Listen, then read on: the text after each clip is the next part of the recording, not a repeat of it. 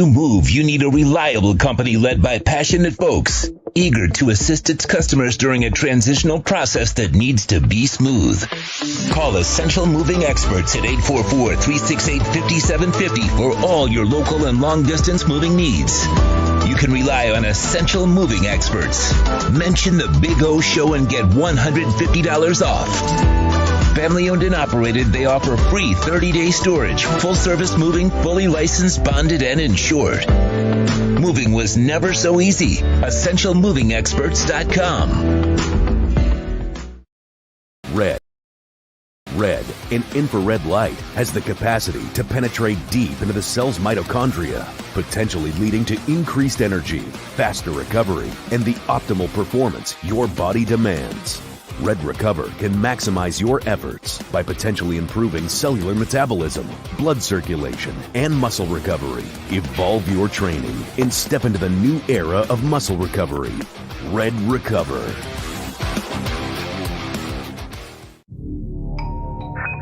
I think I know what this is. Houston, we have a package. Hello? No matter where you are, the Sloman Shield home security system guards your home. With next-gen perimeter protection, 24/7 monitoring, and interior motion sensing. And right now, get a free Sloman Shield security system and doorbell camera, all professionally installed, for free. Shield your world, the Sloman Shield.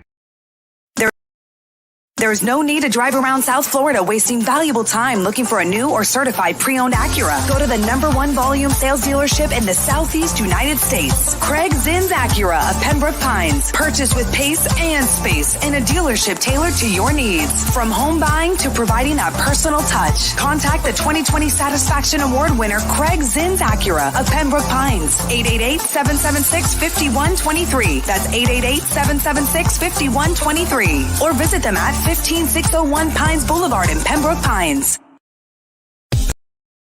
The Big O Radio Show is looking for partners to join our growing platform. If your business is ready to reach an audience that starts in Florida, crosses the nation while expanding internationally, this is the program that provides that vehicle. The Big O Radio Show is ready to broadcast live anywhere in the world to represent your event or product. To reach out by phone, 786-754-4664. That's 786-754-4664. Or email bigoradioshow@yahoo.com. Help us grow as we provide the content and personal connection corporate entities will never achieve.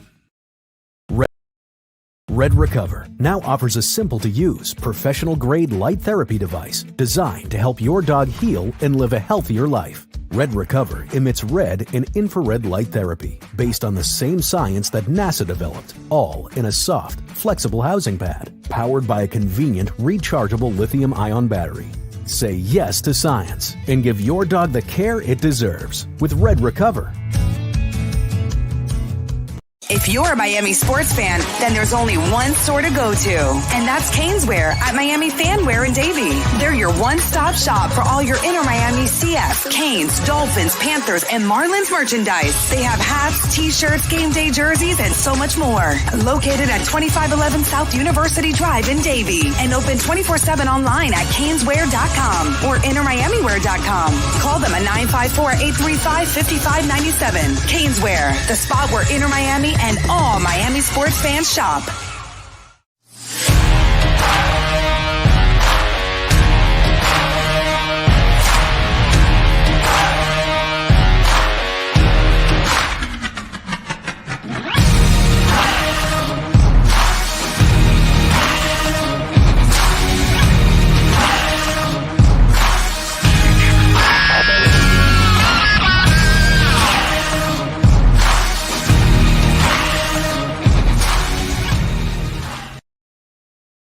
Statements or beliefs expressed on the following program by the host, guests, or callers are not necessarily the opinions of FantasyXS.com, Media Group Inc., ownership, management, sponsors, or website.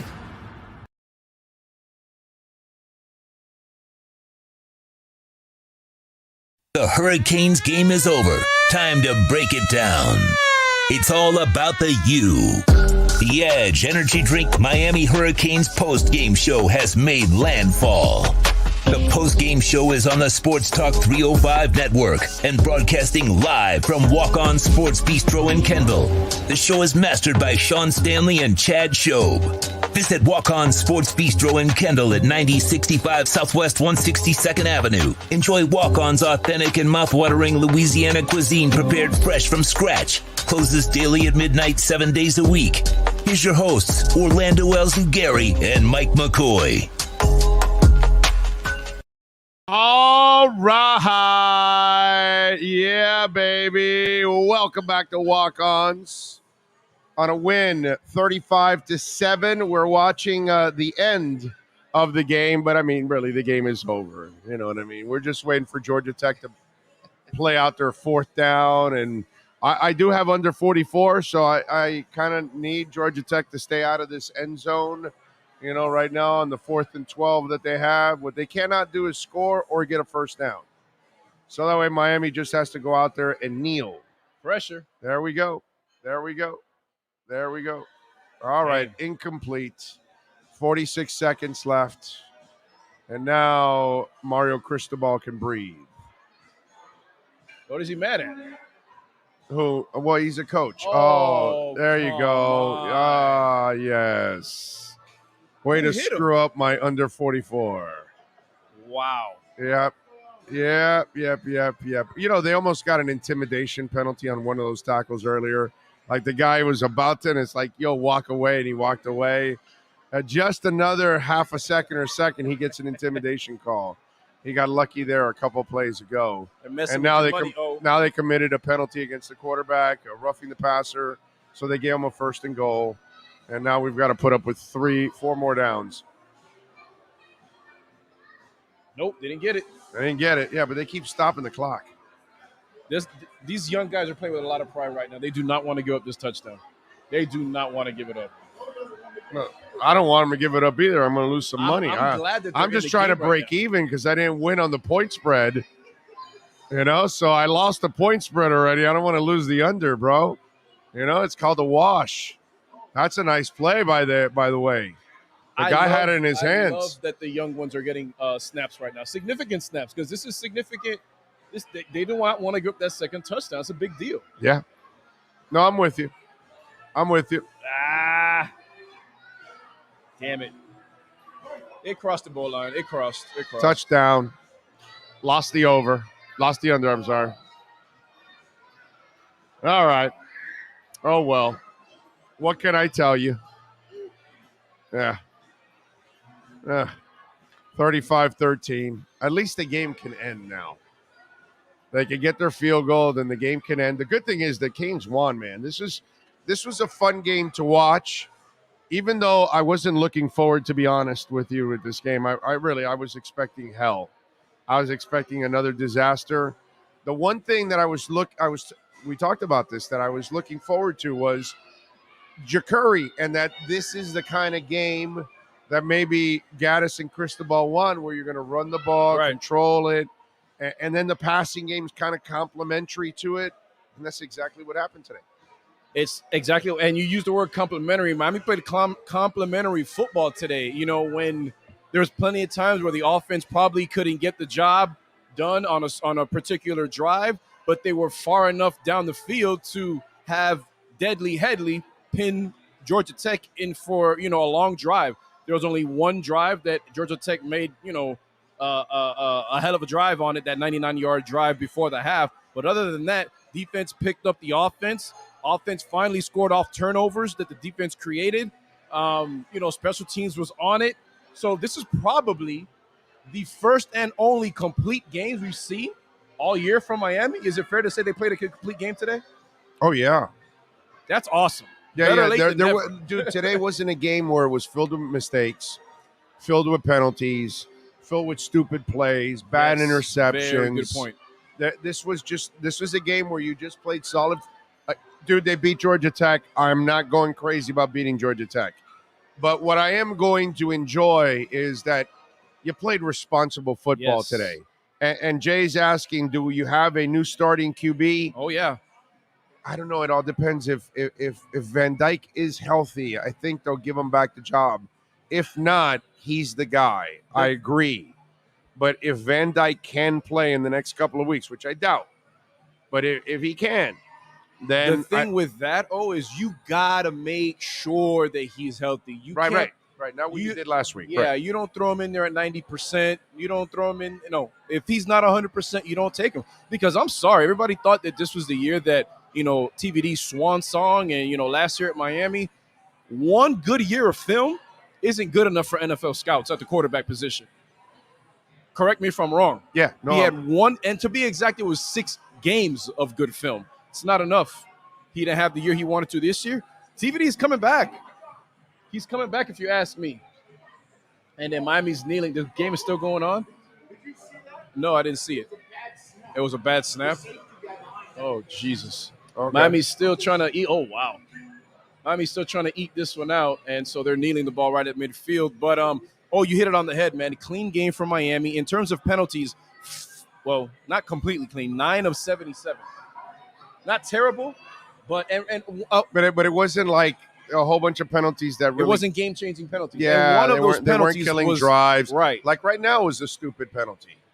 Yeah. The roughing the passer. Fourth down, that was stupid. Yeah. That was stupid. There wasn't a lot of that, is my point. No, great point. And then, one of those penalties was when, the offense was trying to draw the defense off sides, didn't end up happening, so they take the penalty, gave Headley a little bit more room to coffin corner punt. So, listen, man, Miami now 4-4, 3-3 in the conference. This is the type of win that you needed as a staff, for the culture. A lot of young guys saw playing time in this game. Shouts out to Ja'Cory Brown. A lot of firsts in this game. He gets his first career start on the road. He played a nice game, first bro. Career touchdown. He played a nice game. Guess what? I think next week Miami should start Peyton Matoka on the road at Clemson, because Miami's last 2 wins come when they start a new quarterback on the road. How about that? But Miami gets the win, man. Hard fought, 35-14. I got to be honest with you. I didn't even have Miami sniffing 30 points in this game. Final stats for Ja'Cory Brown. I didn't think they would get 30 combined. Yeah, I know. Listen, you and me both. 136 yards on 14 of 19 passing. 3 touchdowns. He ran the ball for actually the leading rusher on the game, Jalen Knighton. 16 carries, 118 yards with a tutty. And he ran hard. He ran responsible. He was very alert. If you looked at the Rooster, he knew he had to hold on to that football. He damn sure did know he had to hold on to that football. And I'm sure he's heard that a lot, in the locker room and, outside the outside noise. But as a team, Miami 4.9 per carry on the ground. Jalen Knighton averaged 7+ per touch, and Ja'Cory just about 5. And so, like I said, complete game for Miami. They only threw the ball a total of what? There was 14 receptions on a day for Miami. Leading receiver Frank Ladson, 42 yards on 2 catches. Will Mallory had a touchdown. Kobe Young had a touchdown. So, and the defense played the biggest difference I saw from the defense. And correct me if I'm wrong. The eyes from the secondary were a lot more disciplined today than I've ever seen all season long. Well, they weren't playing a great passer, so he wasn't a great passer. I get it, and that they weren't playing an offense. That definitely helped. Yeah. But oh my God, I'll take the win. But they played well. They played well. Yeah. Cam Kitchens, needless to say, one of the players of the game. 3 interceptions along with a pick 6.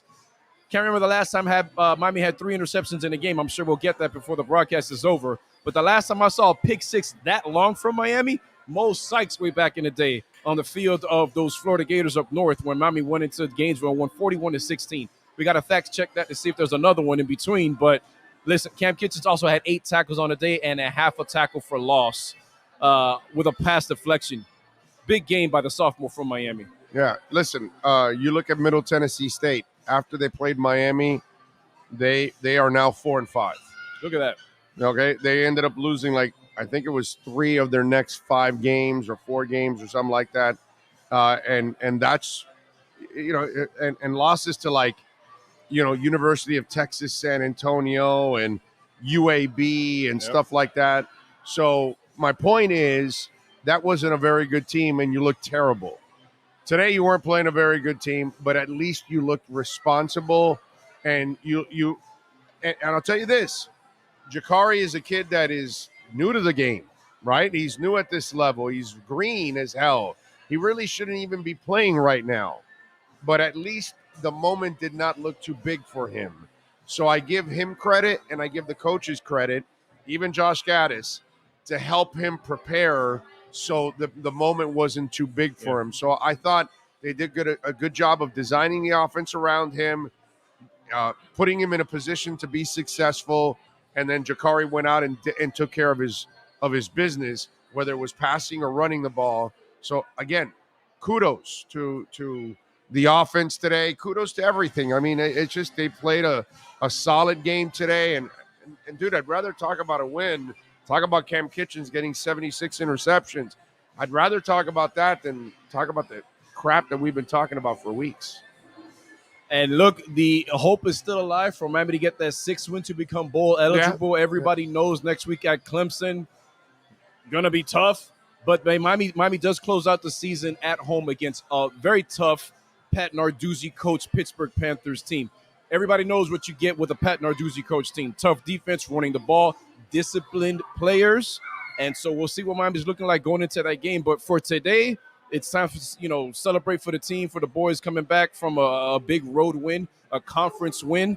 And the biggest thing for me that Miami, the difference from last week is, I don't know, a sense of focus, maybe a sense of pride because of how much they got their asses kicked on national TV, home audience, national televised audience at home for homecoming. I mean, that's got to leave a bad taste in your mouth, but I think the quarterback play had a lot to do with it. And by the quarterback play, I'm not talking about Georgia Tech. I'm talking about Miami's Jakari Brown. I don't know if it's his legs. I don't know if the guys get behind playing for him. I don't know what it is. But listen, when you have a leader and not saying he's a leader, but a guy that can lead you down the field, I mean, the biggest difference in the game this week, obviously, from the quarterback position is the legs on Jakari Brown. He could get you out of jams whenever there's a pass protection breakdown or somebody's not open down the field. And so, I mean, everybody did their job today, all right?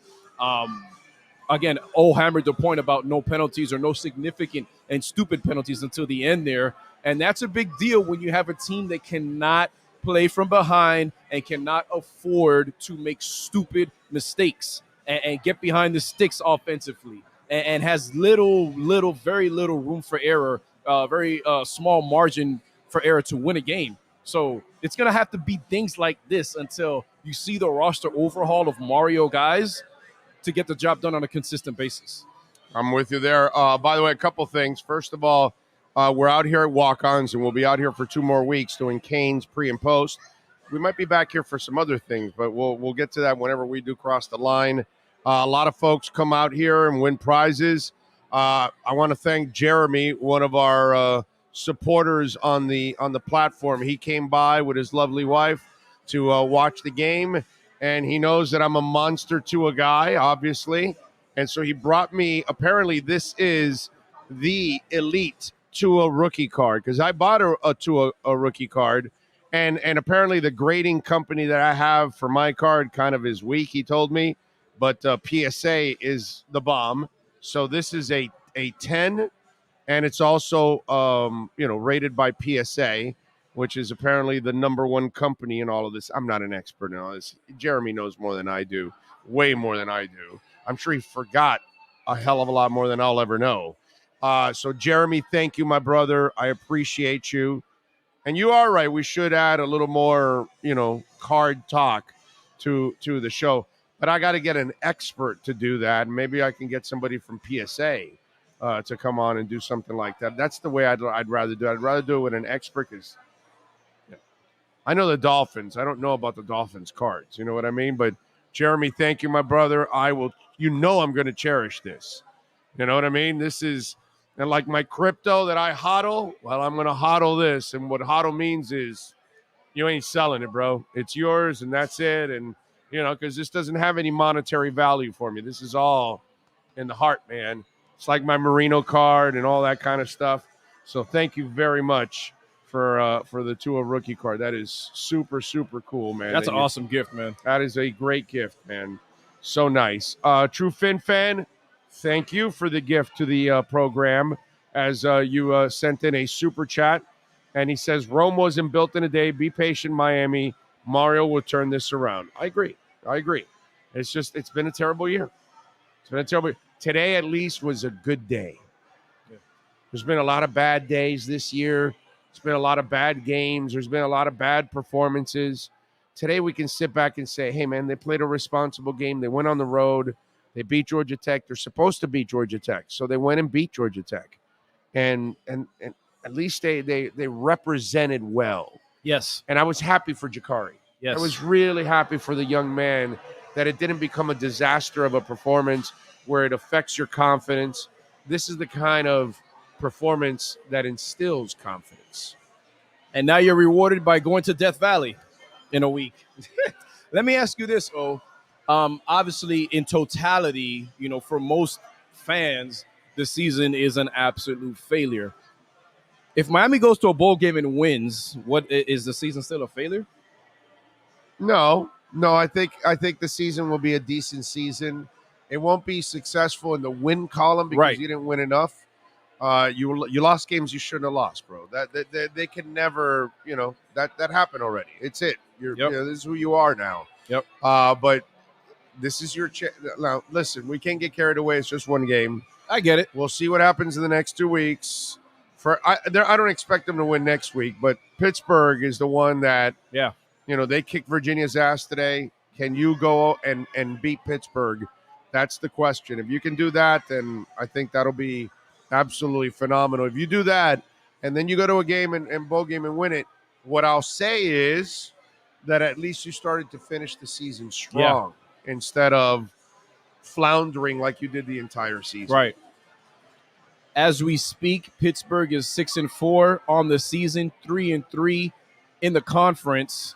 And in terms of their schedule, what's today? The 12th? I think they're off today. Oh, no, they won. They won 30s. Let me see. Oh, their next game is actually Miami. So they're off next week. So Pittsburgh doesn't have anything to do until they visit Hard Rock Stadium in 2 weeks. So that sucks. There goes that. Yeah. George Gonzalez, thank you, sir, for the love on the super chat. Big O greetings from Colorado Springs. Big win today, followed up with a big win tomorrow. Go Canes and fins up. Yes, sir. I'm with you there.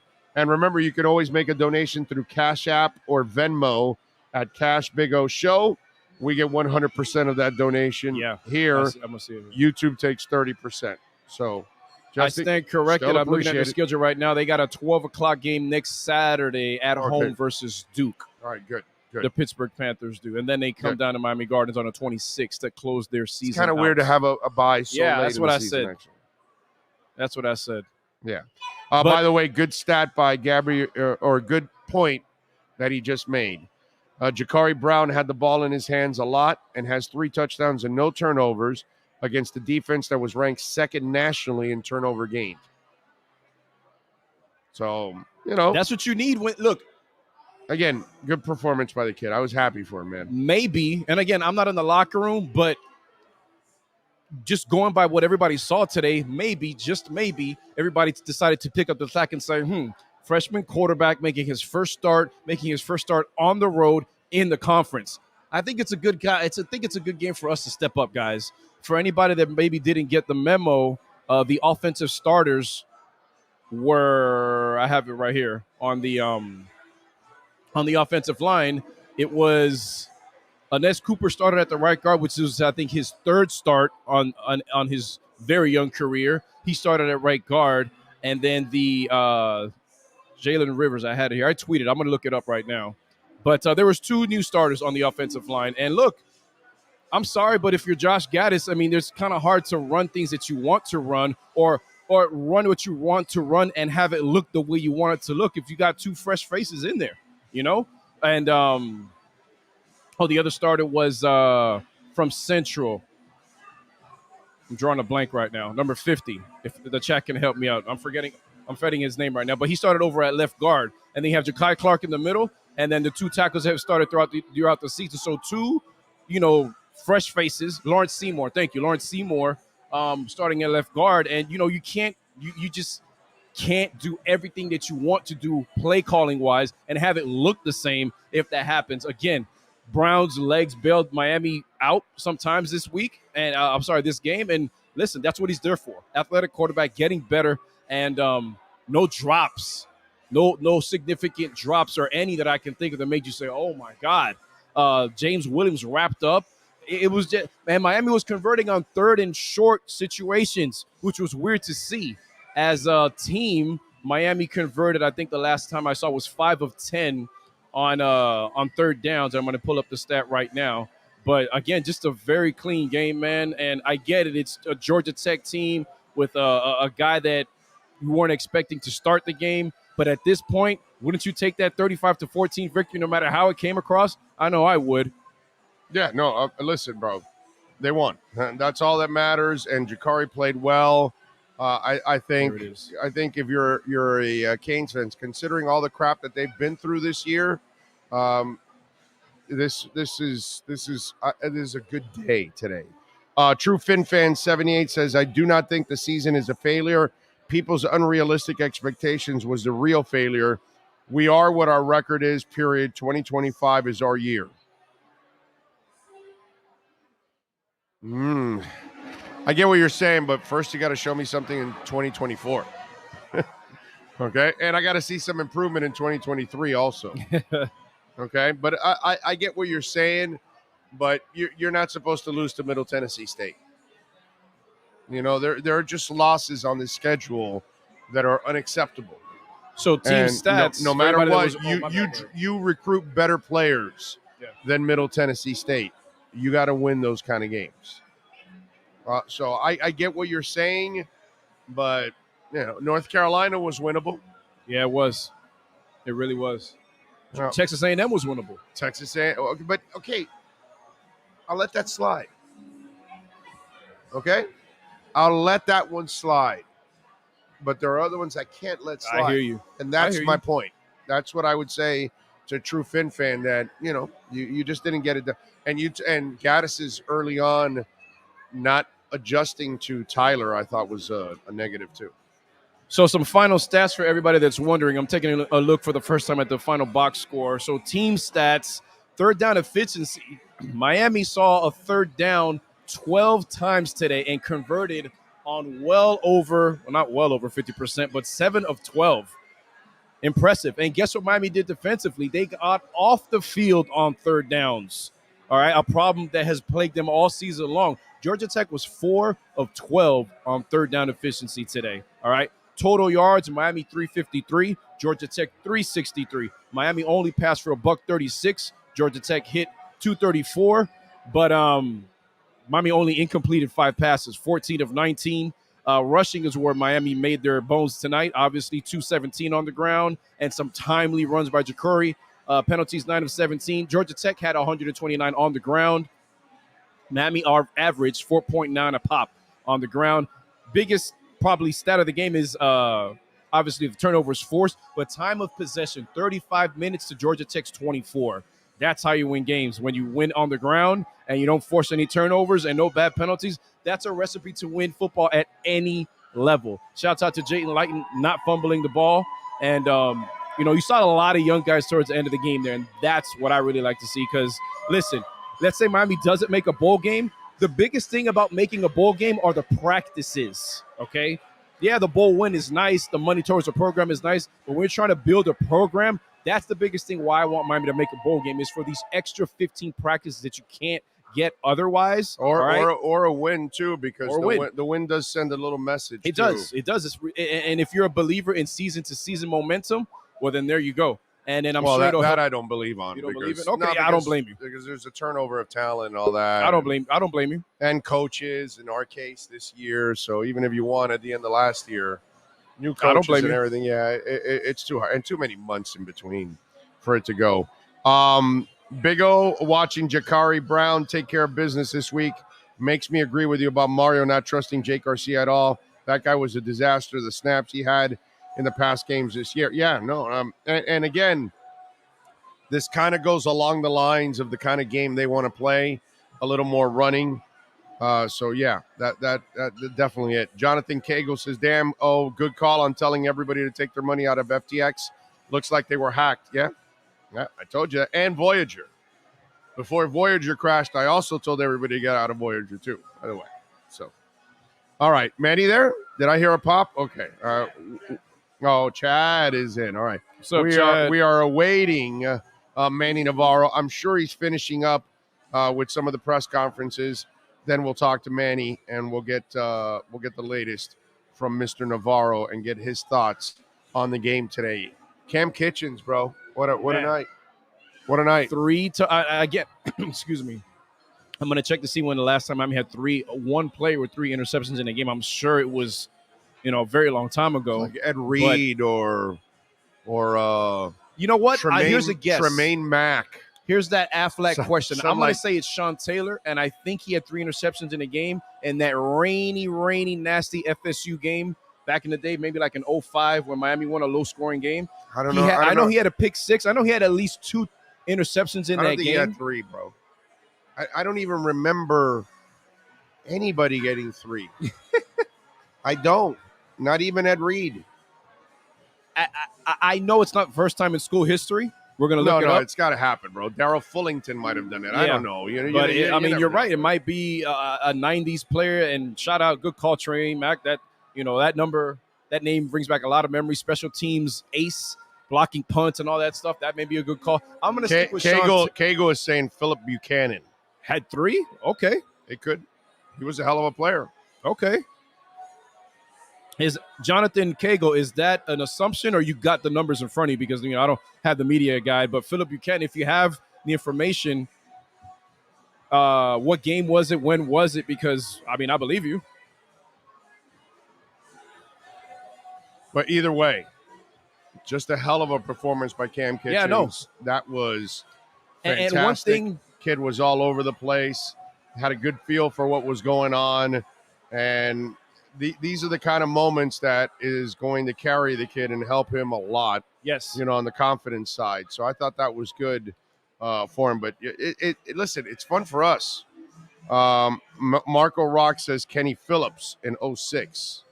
I wonder if that was the Clemson. No, it wasn't the Clemson game. Couldn't have been the Clemson game. So here's something that I want to talk about, Cam Kitchens and the safety situation. I think this is a good talking point at this particular point. So I was having a conversation with Larry Bluestein in the summer of 2020, in the midst of all this COVID stuff, right? It was literally summer of 2020.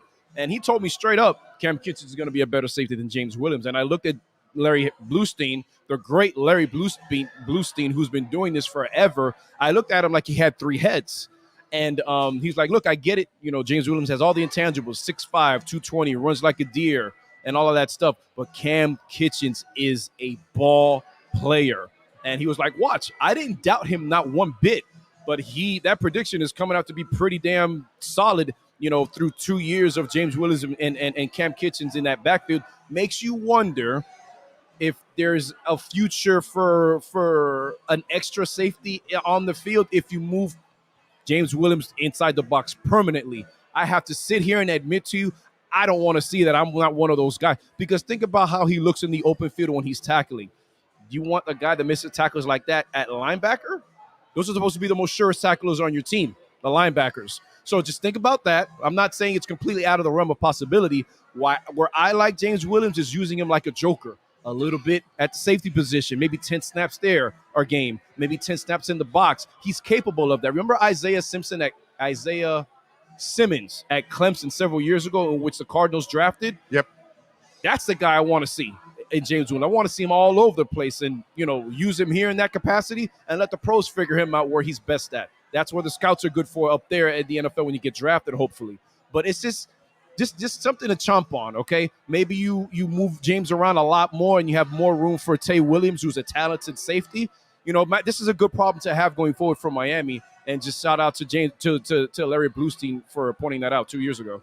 Well, by the way, you weren't really seeing things. Larry Bluestein is an alien, and he does have 3 heads. How do you think he covers all those high school games? Listen. He actually, what he does is he clones himself. Yeah. And he's all over the place. He's people everywhere. are like, hey, I saw Larry. Hey, I saw Larry. And people don't realize that they're seeing Larry in 3 different counties at the same time. And so that's really what it is. Larry Bluestein, you guys don't know this, but he is an alien. Okay? He can actually multiply, and that's why Blue knows all, bro. He's the man. He's all over the place. He is the man. You're talking about a guy that when you get home, look under your bed. He might just be there. You're talking about a guy that college coaches come and ask these high school players about. And you want to know what makes Larry Bluestein special? He doesn't just know about the 5-star guy that plays for Central. He knows about the punter, the backup punter that's at Braddock.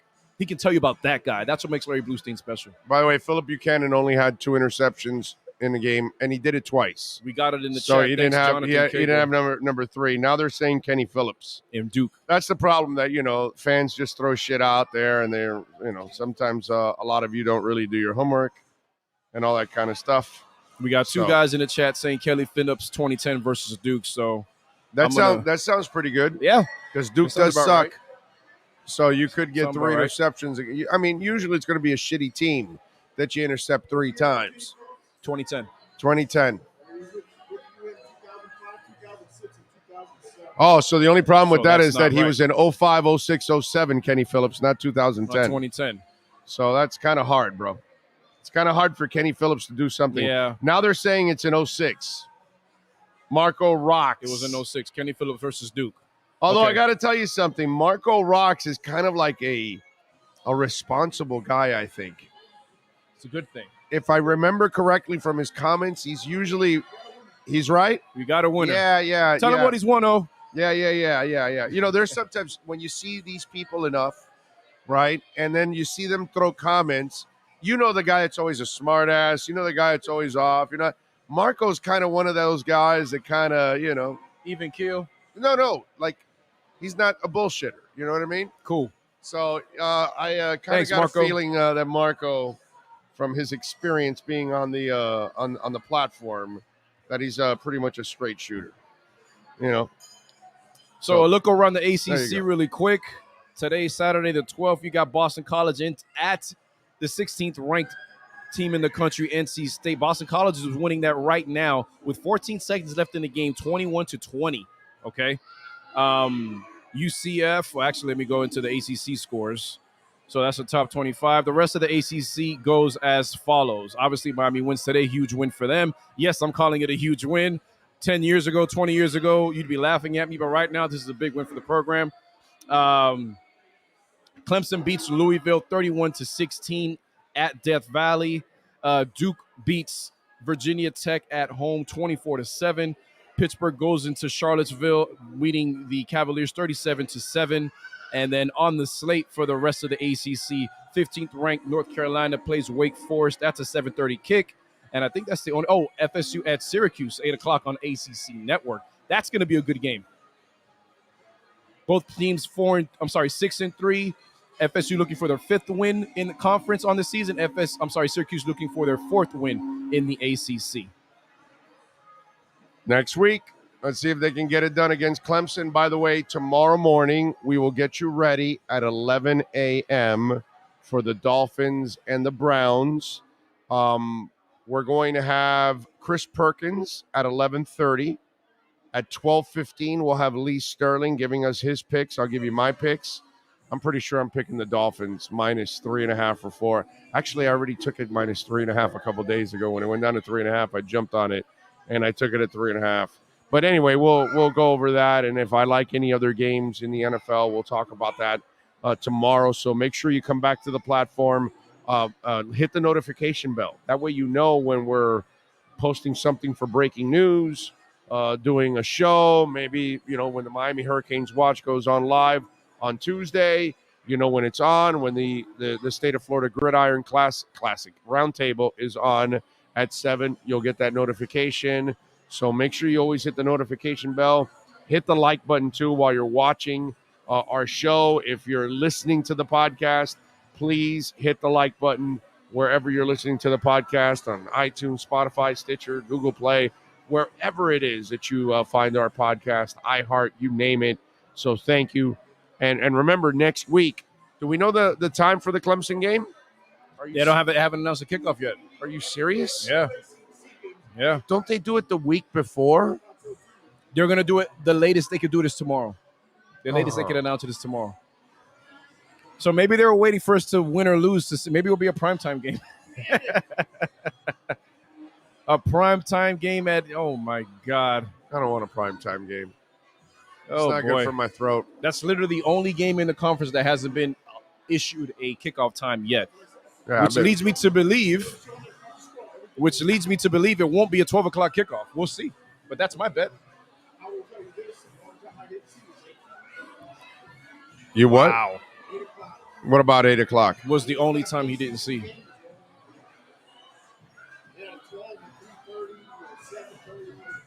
Oh, wow. All right. Well, I guess it seems like it'll, because it's Clemson. And then the U still carries because it's the logo and all that. Yeah. And the history of it. Mike No-Go Zone's in the house. And so, yeah, it's crazy stuff, man. But, yeah, it probably will be a primetime kick, huh? A primetime kick. Yeah. Yeah. That's probably crazy. Yeah. Yeah. Can't say I'm looking forward to it, to be quite honest with you. I will, I'll make sure. I think I'm going to sleep in till like 5 in the afternoon that day. Try to take as much sleeping medication as I can. Right. Something I never do. Something I've never done, actually. Yeah. I've done the, what's that thing called? The melatonin, but never. I'm going to have maybe a half a bottle of Jack or something. So you just want to keep handing me bad news and tell me it's going to be on ESPN.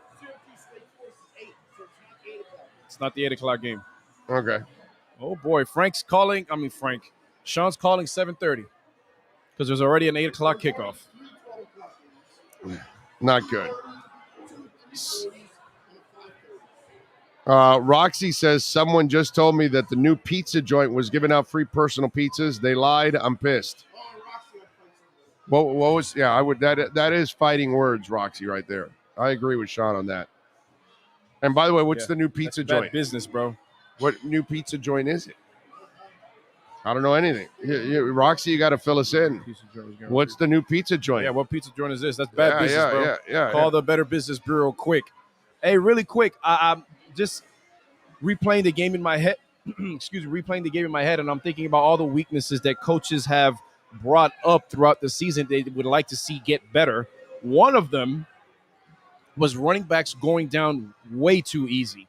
Okay, Kevin Smith, running back coach, and Josh Gaddis, offensive coordinator, have mentioned that a lot early in the season. Haven't heard them say it much lately, but Jalen Knight was one of those guys that will go down, if you pulled the shoestring, it seemed like.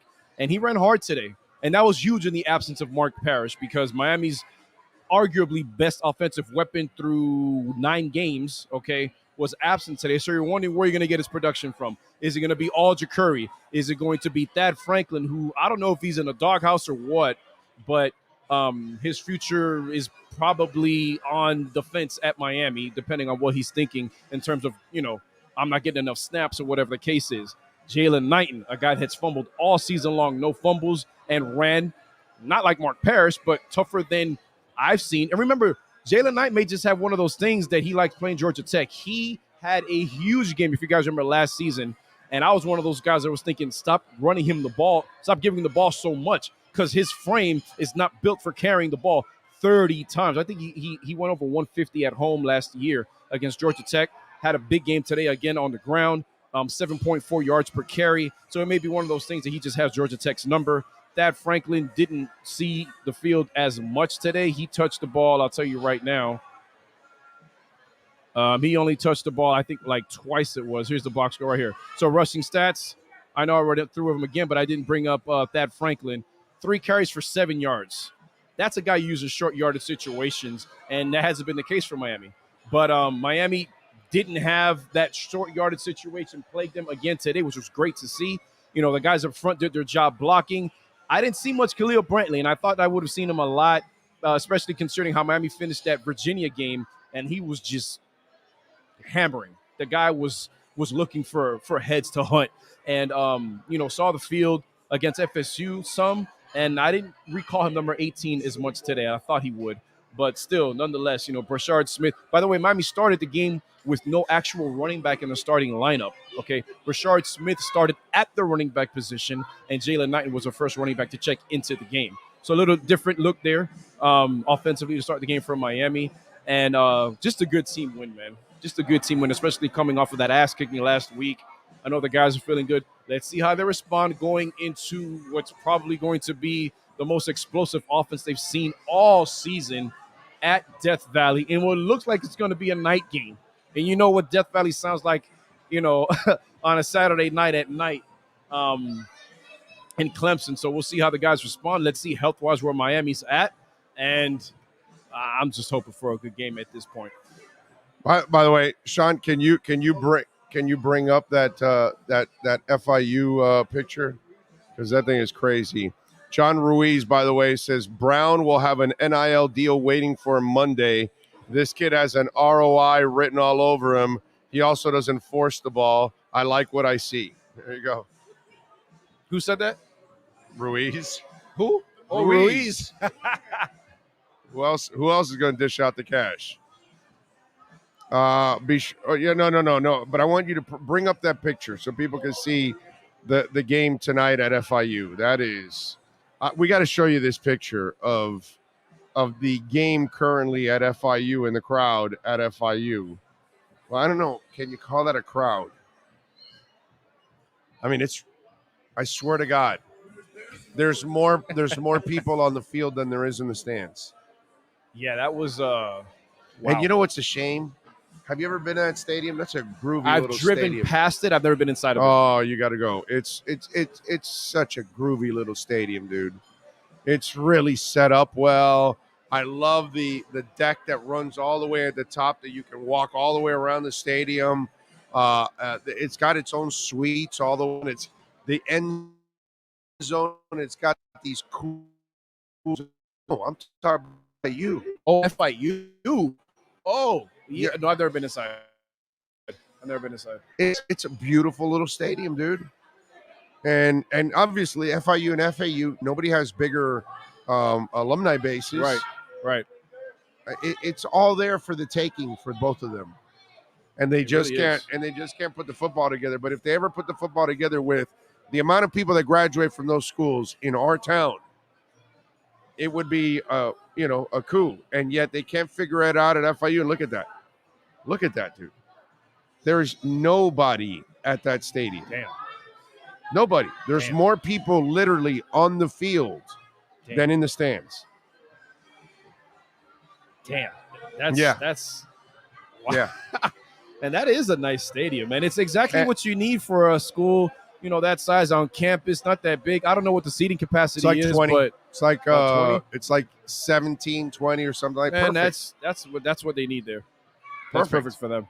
Perfect. But it's actually the way it's constructed, like you can't tell there, but it's a groovy stadium, man. It really is. Yeah, man. It's a really groovy stadium. They did a really nice job with it, and you almost feel like it's criminal that, okay, you built it, then build the program then. Yeah. Then do the right thing. And you got these people, up until this year, they were borrowing their uniforms or whatever. Well, I mean, they said they decided to fire Mario, so thank you. Yeah, right. Well, that's Pete Garcia, who that guy's been a cancer in that place forever.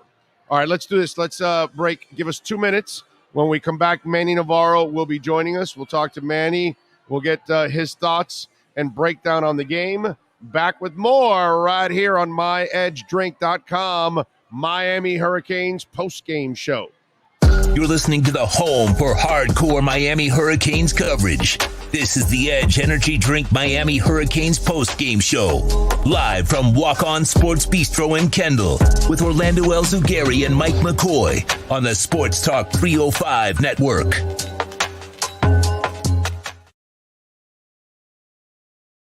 Big O Radio Show is looking for partners to join our growing platform. If your business is ready to reach an audience that starts in Florida, crosses the nation while expanding internationally, this is the program that provides that vehicle. The Big O Radio Show is ready to broadcast live anywhere in the world to represent your event or product. To reach out by phone, 786-754-4664. That's 786-754-4664. Or email bigoradioshow@yahoo.com. Help us grow as we provide the content and personal connection corporate entities will never achieve. When you move, you need a reliable company led by passionate folks, eager to assist its customers during a transitional process that needs to be smooth. Call Essential Moving Experts at 844-368-5750 for all your local and long-distance moving needs. You can rely on Essential Moving Experts.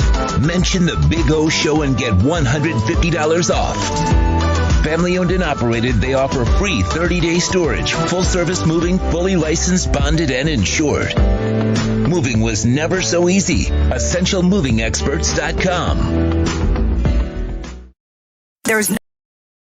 There's no need to drive around South Florida wasting valuable time looking for a new or certified pre-owned Acura. Go to the #1 volume sales dealership in the Southeast United States. Craig Zinn's Acura of Pembroke Pines. Purchase with pace and space in a dealership tailored to your needs. From home buying to providing that personal touch. Contact the 2020 Satisfaction Award winner Craig Zinn's Acura of Pembroke Pines. 888-776-5123. That's 888-776-5123. Or visit them at 15601 Pines Boulevard in Pembroke Pines. Oh, I think I know what this is. Houston, we have a package. Hello? No matter where you are, the Sloman Shield home security system guards your home. With next-gen perimeter protection, 24/7 monitoring, and interior motion sensing. And right now, get a free Sloman Shield security system and doorbell camera, all professionally installed, for free. Shield your world, the Sloman Shield. Welcome to Red Light Therapy, a revolutionary technology perfected by NASA to aid in muscle strengthening and recovery. Red and infrared light has the capacity to penetrate deep into the cell's mitochondria, potentially leading to increased energy, faster recovery, and the optimal performance your body demands. Train, fight, recover.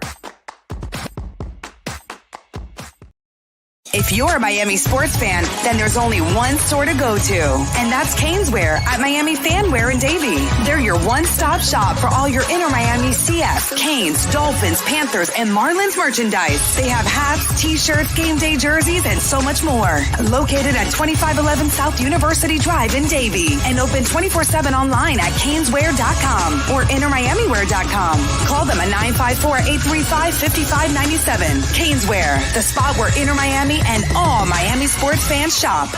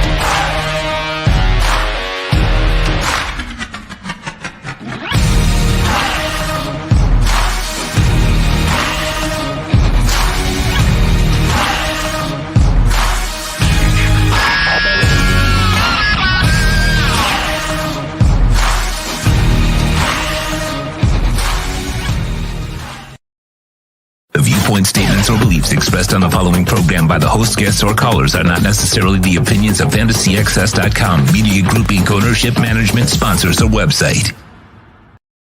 You're locked into the only platform truly dedicated to South Florida sports. This is the MyEdgeDrink.com Miami Hurricanes Postgame Show, live from Walk On Sports Bistro in Kendall on the SportsTalk305 Network.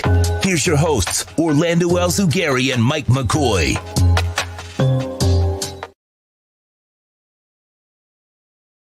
Welcome back here to the program, to the myedgedrink.com Miami Hurricanes postgame show. And when you talk about the finest energy drink on the planet, we're talking about Edge Energy Drink. Delicious, smooth, and zero aftertaste. And when I tell you 78 calories, I mean it. 78 calories. It's a joke. And as an elixir, oh my God. Mix it with the vodka. You are going to absolutely love it. Check it out for yourself. And go to myedgedrink.com. Delicious, smooth, and zero aftertaste. I am not a fan of energy drinks. All of them pretty much have an aftertaste that I've tried. This one, zero aftertaste. It blows you away. And when I mix it with vodka, man, you don't even taste it. It's crazy. Go to myedgedrink.com. Use our code Big O. You will save 10% there. And you can't get it in a store, so you got to order it personally to your home. myedgedrink.com and use our code Big O. Jakari, 14 of 19, 136 yards, 3 touchdowns, 19 carries, 87 yards. It was a winning formula. What a zero really, interceptions. What a really nice performance, man. Really nice performance. That was a lot of fun to watch. A lot of fun to watch. Yeah. Man.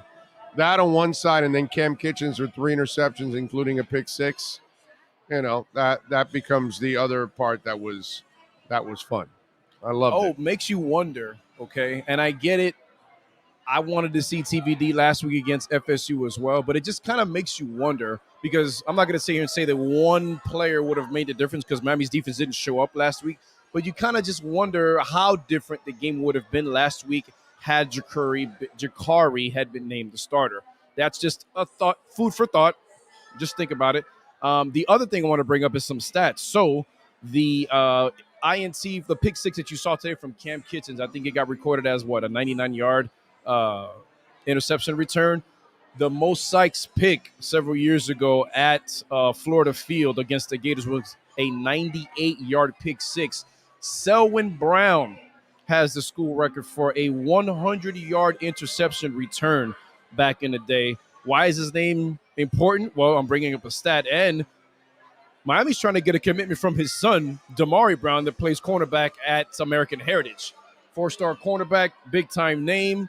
Was supposed to be set to announce last week. Been putting it off, but that's a name that Miami's hoping to add to their recruiting class. So a legacy player right there in Damari Brown, son of Selwyn Brown, who holds a school record for the longest interception return for a touchdown, 100 yards. I love it. I'm getting back to Jeremy here. He's on the chat board now after being here, hanging out with us and giving me the Tua card. And for those of you that are just tuning in, Jeremy West Bay, you see him there on the chat board. He gave me this card today. He came by, supported us, came out here, watched the game, enjoyed the great food, and he was kind enough to bring me a present, a Tua Tagovailoa rookie card, which he knows that that's something that's close to my heart. So that was awesome. Thank you, Jeremy. Appreciate you big time, man. That was kind of you. Very nice. We are awaiting Manny Navarro. Yeah, I really want to talk to him. Yeah, looking forward to talking to Manny to see what he's got to say about this performance, to see what he's got to say about, I would say, by the way, this might also put a little fire out with the recruits. I mean, what Gabby was saying earlier is about that recruit that was lost, Jaden Rashada, back to the Florida Gators, is even if Miami was playing well, it was weird for Miami to land his commitment back in August, which is what got the ball rolling with Francis Maragoa and then Jaden Wayne and all the other big-time recruits that Miami got in like a week. It seemed like every 2 days Miami was popping for a commitment. But Emory Williams, that name definitely softens the blow. Why? For those that may not be as attentive to recruiting as some others are, Emory Williams is a quarterback that finished higher at the Elite 11 football camp, which is for the top 11 quarterbacks in the country. He finished that camp rated higher than Jaden Rashada. means nothing, nothing at this point, but just, again, some food for thought can soften the blow. All right. I'm not going to sit here and say that it's not a big deal losing a player of that caliber to especially a rival. I'm not stupid enough to sit here and say that. I am smart enough to say that that's why they were looking at Emory Williams. A lot of people within the program like him, and those of you that were in the part of the pregame show with Gabby Urruti, you heard him say that. Emory Williams is a smart guy. Remember, he was still committed to Miami even though Jaden Rashada landed his commitment. No decommitment from him. And that's a guy that decided to come to Miami after Jakari Brown pledged. And, he was already in the system. So, even with Jake, I keep saying Jake Garcia. Well, his name is, I don't know why I almost said Jeff Garcia. I'm a Niner fan, sorry. But Jake Garcia, that's a guy that said I still wanted to come here. So keep an eye out on Emory Williams, all right? As of right now, he's a 3-star guy. But there is going to be one more recruiting analyzation throughout the recruiting companies and these sites.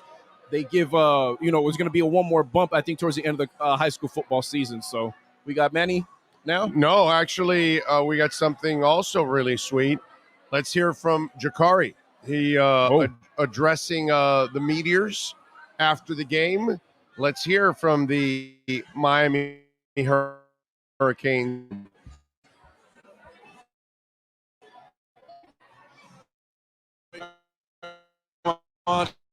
Just feels great. Feels like the day to do, and this next man up and just coming out and just with this team, man. This team, we battled a lot this year. We've been through a lot this year, and it just feels good to come here. It's like home. It's great that works.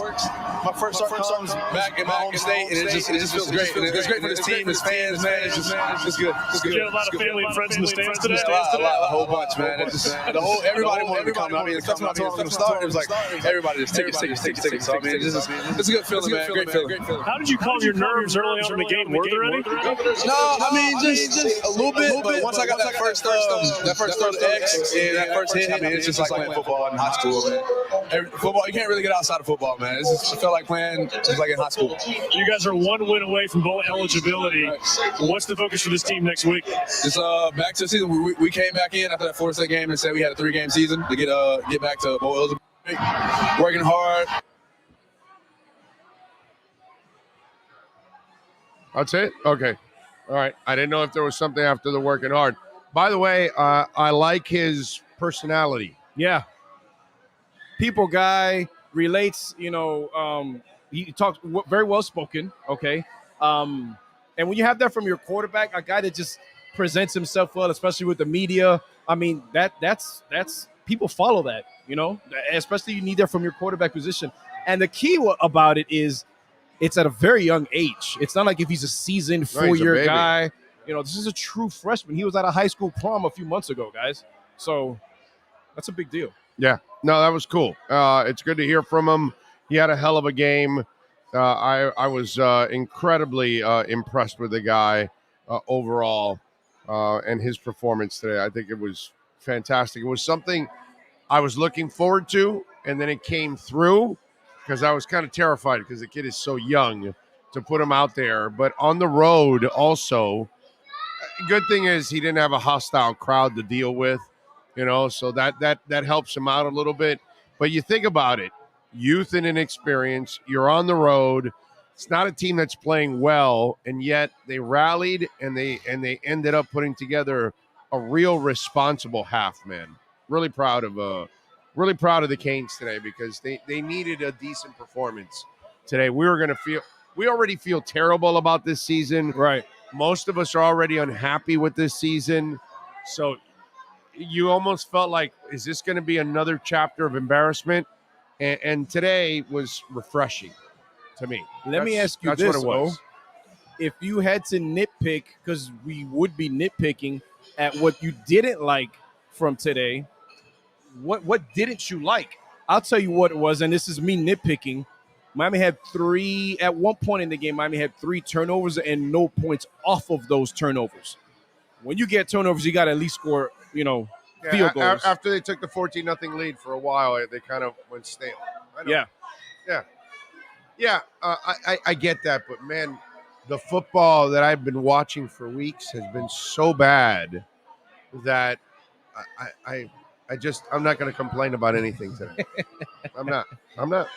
Listen, it was. I'm going to complain that they allowed Georgia Tech to score at the end and ruin my under. There. That's your complaint. There you go. You ruined my under. I needed a break even at least. Couldn't even break even. Just lose the vig.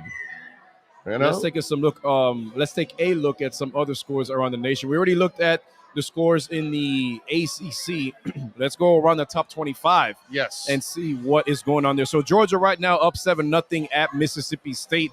Remember, that's a Mike Leach coached offense right now. 2:15 in the first quarter, 7-0 Georgia. They have the football.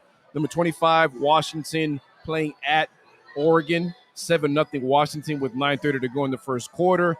Kansas State 0, Baylor nothing.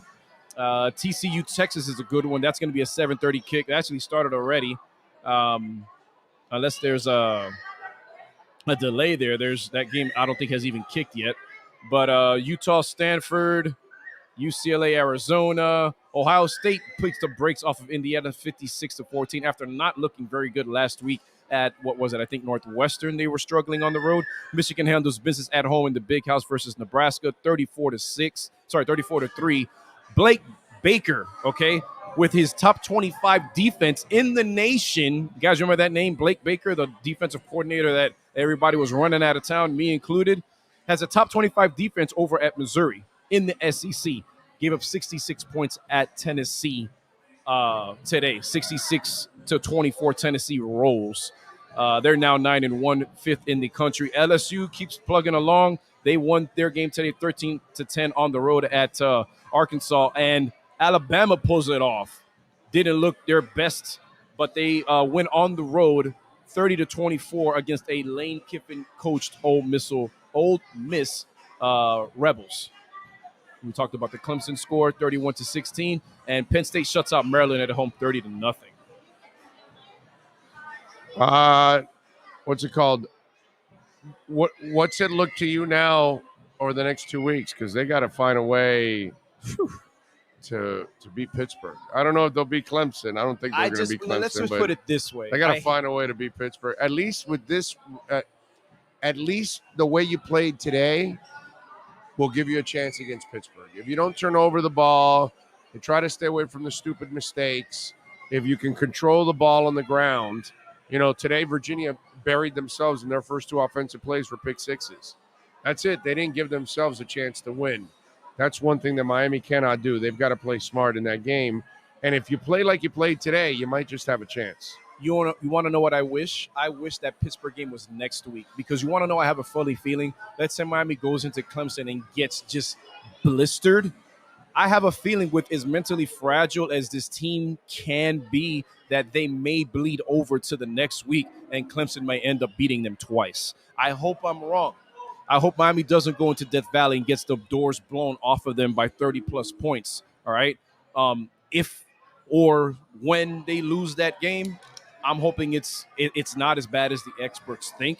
Hopefully this is the type of win that you build on, all right? And the only semblance of, a chance that you even have at Clemson is for the defense to get off the field when they're supposed to on third down and for Miami to win the time of possession battle and have something like 35, 38 minutes time of possession like they did today, like they did at A&M earlier on in the season when they won in every pretty much statistical category there was to win, all right? Because Miami didn't lose that game in the stat box. They just lost it in one big category, on the scoreboard.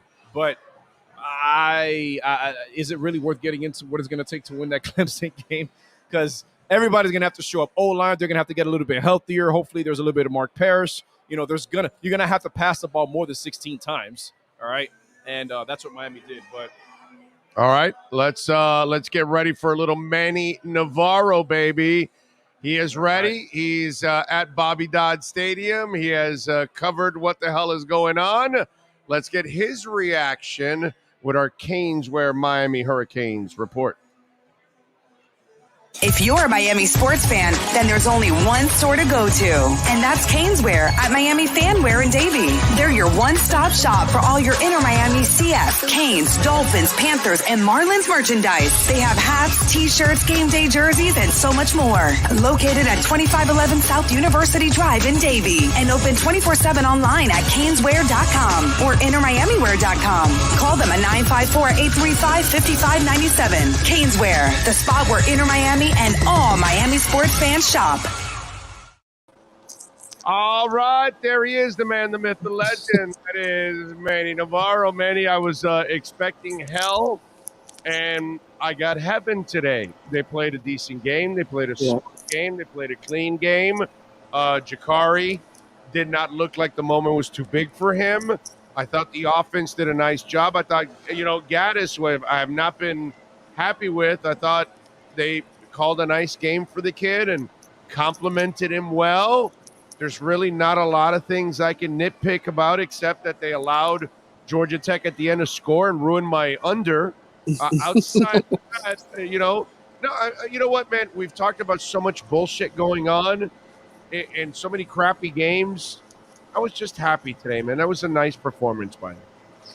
Yeah, it's really nice to just see them win a game in control and be in control of it for most of it. I mean, I know it was 14-7 there in the third quarter before Cam Kitchens got his second pick, and they were able to turn that into points. But, overall, the game plan was the right game plan. They came out running the ball with Jakari, running the RPO, and it was a different offense than the one we've seen all season because you had a mobile quarterback under center. And I think, really, when you think about what Mario Cristobal wants to do, we've talked about this on the show many times, he wants a mobile quarterback. He wants a guy that can be a dual threat, and you really need that in college football today if you're going to have a chance to win, unless you've got Arch Manning or Peyton Manning or whoever the number one pick in the country is, right, that can sit there behind a pocket and pick you apart. And it's not that Tyler Van Dyke can't do that, but I just think it's obvious that for this team, the way the offensive line is built, the receivers, you need a guy that can buy time. And I thought some of the most impressive plays today by Jakari were when he evaded the pressure and got no yards or fell forward for a yard. And those kind of little decisions that he makes with the football really, really impressed me in this game because he made no mistakes, and this was his first game starting and having to be relied upon to make plays. Thanks for joining us, Manny. Again, shout out to you picking a nice little picturesque backdrop every time you come on. So let me ask you about the decision to play Jakari over Jake. Is it one of those things that the coaches just saw it and they're like, yeah, Jake is struggling? Or did they go with the guy that just gave them the best chance to win in terms of mobility and athleticism in the pocket because the offensive line wasn't playing well? Was this a predetermined thing by the coaching staff saying, yeah, I think Jakari is our guy and Jake is really struggling, or the latter, just let's go with the guy that has the legs and can really help out because our O-line is not where we want it to be? I think it'd be a combination of both, Mike. I think ultimately here, Jake's really been struggling, right? 7 turnovers in the 3 games that he played in the 3 previous games. And he just looked like a guy who had lost a little bit of his confidence. He looked like a guy who, after he fumbled that last time against Florida State, that he looked a little dejected and like, man, nothing's going right for me. And Jakari, the element of the run, the ability to help you gain some positive yardage when you don't have much blocking, that ultimately I think is why the coaches went with him. But look, going forward, it's going to be really interesting because Mario Cristobal insists that there's a chance Tyler Van Dyke could still come back. I don't know whether or not that's true.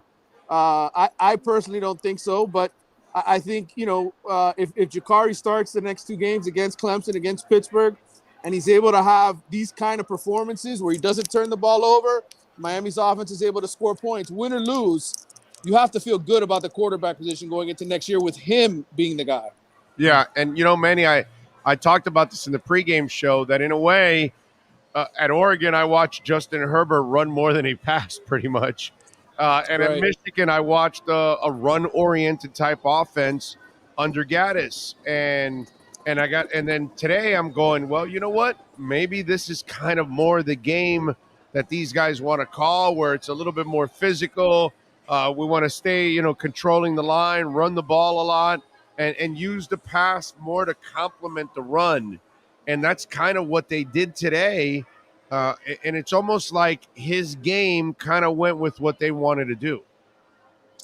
I mean, if you think about it, though, I mean, in today's game with how much teams blitz, right, and how much pressure you get from so many different places, unless you have a great offensive line, unless you've got tremendous backs who know what to do as far as picking up that blitz, and then a quarterback who can sidestep a few guys and buy time, you're not going to be very successful.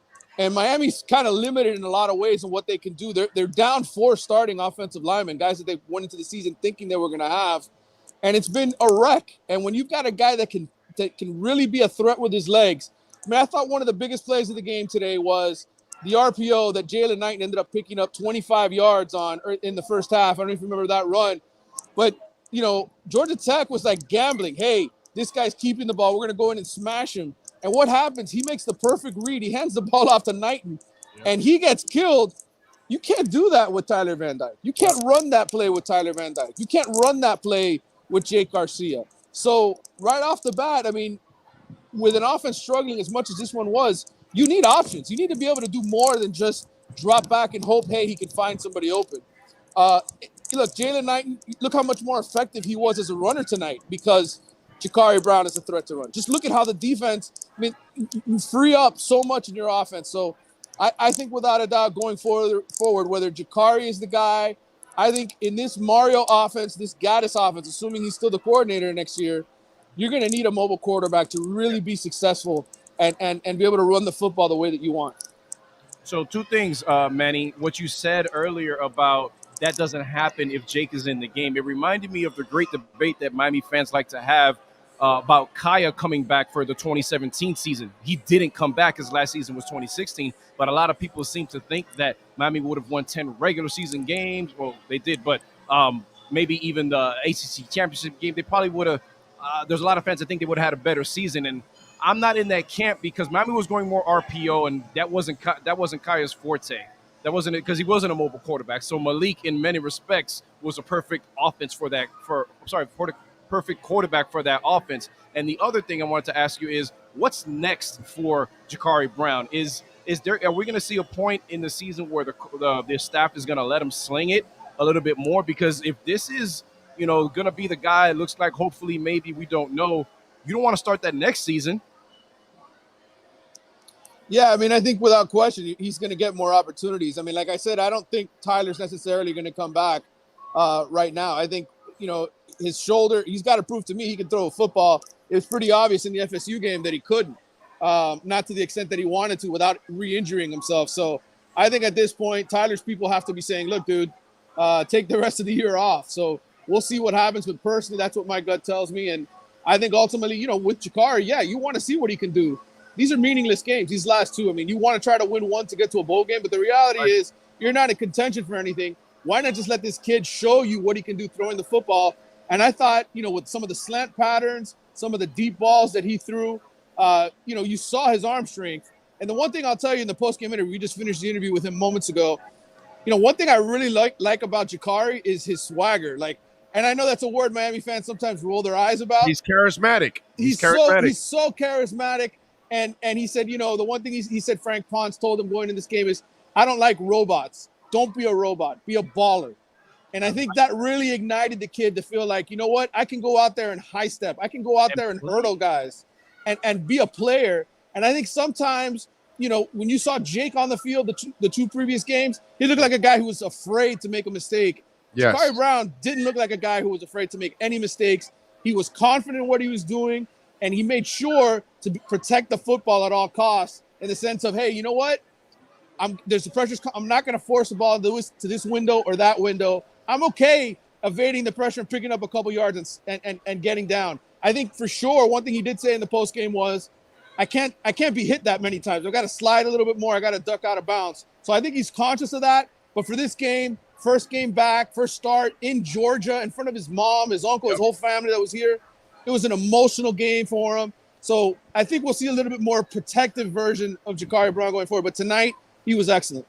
Yeah, he was awesome, dude. By the way, Cam Kitchens, 3 interceptions ties a Canes football record, 12th occasion, and marks the first such outing since Kenny Phillips in 2006.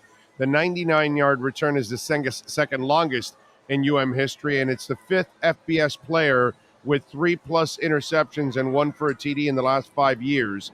First ACC player to do so since 2009. Cam Kitchens, bro, reminding me of Ed Reed and Tremaine Mack and, Benny Blades and just guys that were ball hawks back there, bro. That was an awesome performance. That's what happens when you can play with a little bit of confidence in your teammates, right? That they're going to do their job. He gave a lot of credit to James Williams on the second interception where he made the diving pick because he said James redirected Georgia Tech's receiver, and they knew all night, look, they're looking for 8. And James told him, look, man, I'm going to redirect him. I'm going to make sure he doesn't run the route he wants. I'm going to get him off his mojo there. And that's what happened. And he was able to just go up there and grab the pick and make the play. And that's who Cam Kitchens is. He is Ed Reed in my mind. That's what he was in high school. He's that kind of a ball hawk. And so, look, man, big performance by him. And hopefully this defense can string things together here down the stretch. Stop giving up those big plays and keep forcing turnovers. 4 turnovers in this game, dude. I mean, when was the last time Miami did that? I got to look that one up. 2017. Yeah. And by the way, Georgia Tech was very good at getting turnovers, and obviously Jakari did a good job of not giving the ball away. So I love that. All right, what are you working on over at the Athletic so folks can check you out, my friend? Well, I got my takeaways from tonight's game. I'll be writing those as soon as I can get out of this cold because it is freezing here in Atlanta. It's dropping into the 40s. It's supposed to be icy when I go to get on my flight in the morning. So we'll see. Hopefully I can get home on time. But, I got plenty of content coming off of this game. I really thought, the one thing I really enjoyed in the postgame was just how happy all the guys were. Like, there was real joy coming off of that Florida State downer. It was nice to see them bounce back and show some heart and really play enthused. And I think, we sit here and we criticize them all the time for not playing with enough heart. Well, guess what? They bounced back with it today. So give them credit for that. Yeah, no, that was absolutely awesome. I'm happy, bro. Yes. That's it. When he asked me, hey, what can I complain about? I go, I guess screwing up the under for me. That's about it. I mean, after all the crap we've gone through this year, I don't even want to nitpick this game. I was expecting to be bored and like, oh my God, another terrible performance. And they just played a good game, man. That was just nice to have. And I hope that they can come up with a couple more respectable performances to kind of close things out. Manny, be safe in your travels, my brother, as always. Thank you, man. We'll see you on Tuesday night for the Gridiron Roundtable. Appreciate you. All right, guys. Take care, Mike. Take care. I'll see you. You got it. There you go. Manny Navarro and our Caneswear Miami Hurricanes post-game reports. If you're a Miami sports fan, then there's only one store to go to, and that's Caneswear at Miami Fanwear in Davie. They're your one-stop shop for all your Inter Miami CF, Canes, Dolphins, Panthers, and Marlins merchandise. They have hats, t-shirts, game day jerseys, and so much more. Located at 2511 South University Drive in Davie, and open 24/7 online at caneswear.com or intermiamiwear.com. Call them at 954-835-5597. Caneswear, the spot where Inter Miami and all Miami sports fans shop. All righty. We, by the way, got to thank Gabby Arrudia for joining us. Manny Navarro, of course. Yanira and Joe out here at Walk-Ons and all the great people out here to make it nice and easy for us. Sean Stanley, the man that masters this entire platform every single day, as always. Mike McCoy, thank you, sir. As always, a pleasure working by your side every single time. And of course, I thank all of you out that came out here to join us at Walk-Ons. We'll be back next week for the Clemson game and then the following week for the Pittsburgh game. Come on out here. We got prizes, sometimes tickets that we give away. I don't know, maybe I could have a Heat or Dolphins tickets next week. You never know. We're working on some Dolphins tickets. Let's see if it comes through. You never know. So join us out here at Walk-Ons. Thank you to the listeners that came out here to join us. Thank you to everybody that tuned in and watched. And if you hit the like button, thank you so much. If you watched, thank you. If you're sharing the platform, we appreciate it. If you sent a super chat, thank you so much. If you sent one through Cash App or Venmo and I didn't get it right now, I'm sorry, but thank you for supporting our platform as always. We'll see you tomorrow morning at 11 a.m. as we get you ready for the Miami Dolphins and the Cleveland Browns. This has been the MyEdgeDrink.com Miami Hurricanes postgame show live from Walk-Ons in Kendall right here on the Sports Talk 305 Network. This has been the Edge Energy Drink Miami Hurricanes Postgame Show on the Sports Talk 305 Network. Live from Walk On Sports Bistro in Kendall. The show is mastered by Sean Stanley and Chad Shope. When you're looking for the finest energy drink on the planet, you can only get it delivered to your home or office by going to myedgedrink.com. Use your code Big O and get 10% off an energy drink that's delicious, smooth, and has zero aftertaste. Please subscribe to our platform by searching Big O Radio Show on all digital avenues. On behalf of our staff, we thank you for supporting us. Have a fantastic week.